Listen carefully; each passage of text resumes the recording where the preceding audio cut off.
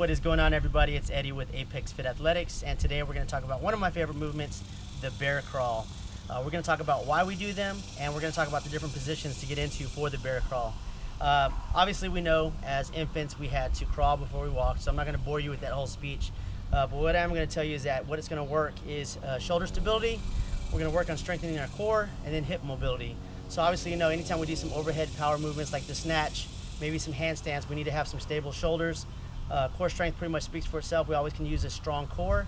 And then hip mobility is going to help with getting down lower into those squats, or maybe with some hip hinging movements like kettlebell swings or deadlifts. All right, so let's talk about positioning. I'm going to get to the side here. Hands are going to be directly under my shoulders, just like this, and my knees are going to be right under my hips. Okay, so when I'm ready to start moving, what I'm going to do is I'm going to lift my knees up off the ground about 1 to 2 inches.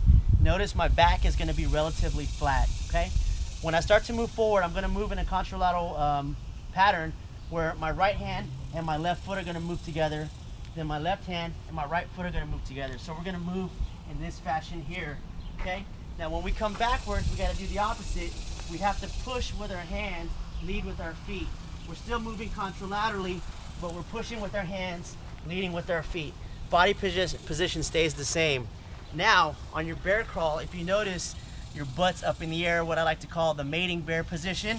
If you're crawling like this, that tells me that you probably need to strengthen your upper body, okay? So what you can do is just do some static bear crawl holds. Start with 15 seconds. All you're gonna do is get into that position, bring those knees up off the ground, count to 15 seconds, and once you're done, you're gonna rest, okay? You can progress 15 seconds, 30 seconds, 45, up to a minute, until you start to build that upper body strength. Now, another way we can do it is if we do lateral.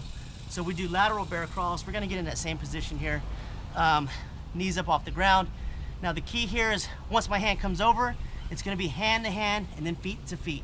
So I'm touching hand to hand, feet to feet, and then you can go the other way. So hand to hand, feet to feet. The key here is if you wanna cover more distance, you gotta reach out further with your hands and your feet. So we covered the bear crawl, forward, reverse, the side or lateral bear crawl. And then here's one. If you're having trouble doing the regular bear crawl, you can get your body into that A-frame position here. You're gonna get a nice good stretch on your hamstring. This is called the bear walk. And all we're gonna do here is try to get our feet to our hands. And this is gonna help stretch the hamstrings. That way you don't feel like you can't do the movement. It's just a modified version of it. It's good for warming up. And then once you build that upper body strength, you can get into the regular bear crawl. Thank you guys for watching. Stay tuned for next one where we get into the lizard crawls. See ya.